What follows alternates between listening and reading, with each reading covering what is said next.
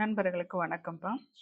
இந்த பதிவில் திருமணம் தாமதமாக நடக்கிறதுக்கான ஜோதிட ரீதியான என்ன காரணங்கள் அப்படிங்கிறத பார்ப்போம். சரிங்களா?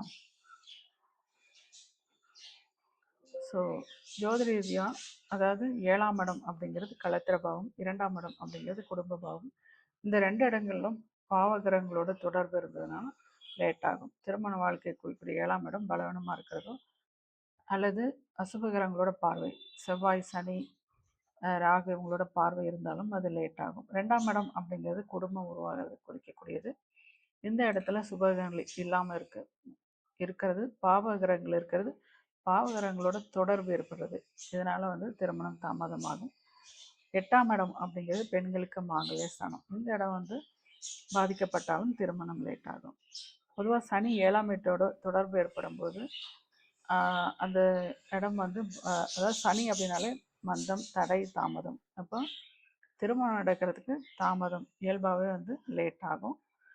7ல் சனி நிற்கிறது அப்படிங்கிறது பொதுவாகவே 30+ 30 வயதுக்கு மேலே திருமணம் நடக்கும். ஆக்சுவலாக அந்த மாதிரி லேட் ஆகிறது ரொம்ப நல்லதும் கூட. எர்லியாக ஆச்சுன்னா அவங்களுக்கு தாரதோஷத்தை கொடுத்துரும். அந்த டைமில் அதுலேருந்து மீண்டு வரக்குள்ள அவங்க கான்ட்ரவர்சி, மெச்சூரிட்டி இல்லாமல், அண்டர்ஸ்டாண்டிங் சரியாக இல்லாமல் இந்த மாதிரி பிரச்சனைகள்லாம் கொடுக்கும்.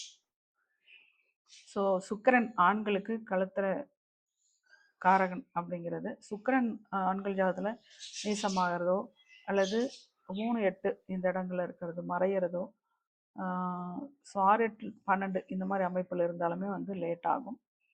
பெண்களுக்கு இந்த செவ்வாய் சூரியன் சேர்க்கை இந்த மாதிரி அமைப்பு குடும்பஸ்தானத்துலேயோ களத்திர ஸ்தானத்தில் இருந்தாலும் திருமணம் லேட் ஆகும்.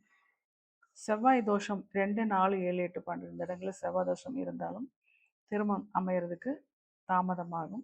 ராகு தோஷம் 1, 7, 2, 8 இந்த இடங்களில் ராகு இருந்து அவங்களோட தசைகள் நடந்தாலும் திருமணம் லேட் ஆகும். அதே போல் சுக்கிரன் அல்லது 7ஆம் அதிபதி பாவகரங்களோட தொடர்புகள் இருந்ததுன்னா திருமணம் லேட் ஆகும்.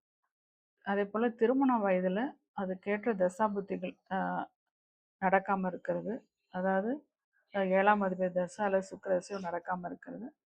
அதே போல் கோச்சார ரீதியாக 7ஆம் இடத்துக்கு குரு பார்வை, குருபலம் இல்லாமல் இருக்கிறது. நிறைய காரணங்கள் சொல்லலாம். மெயினாக இந்த காரணங்கள் குடும்பம் அமையிறத லேட் பண்ணும்ப்பா.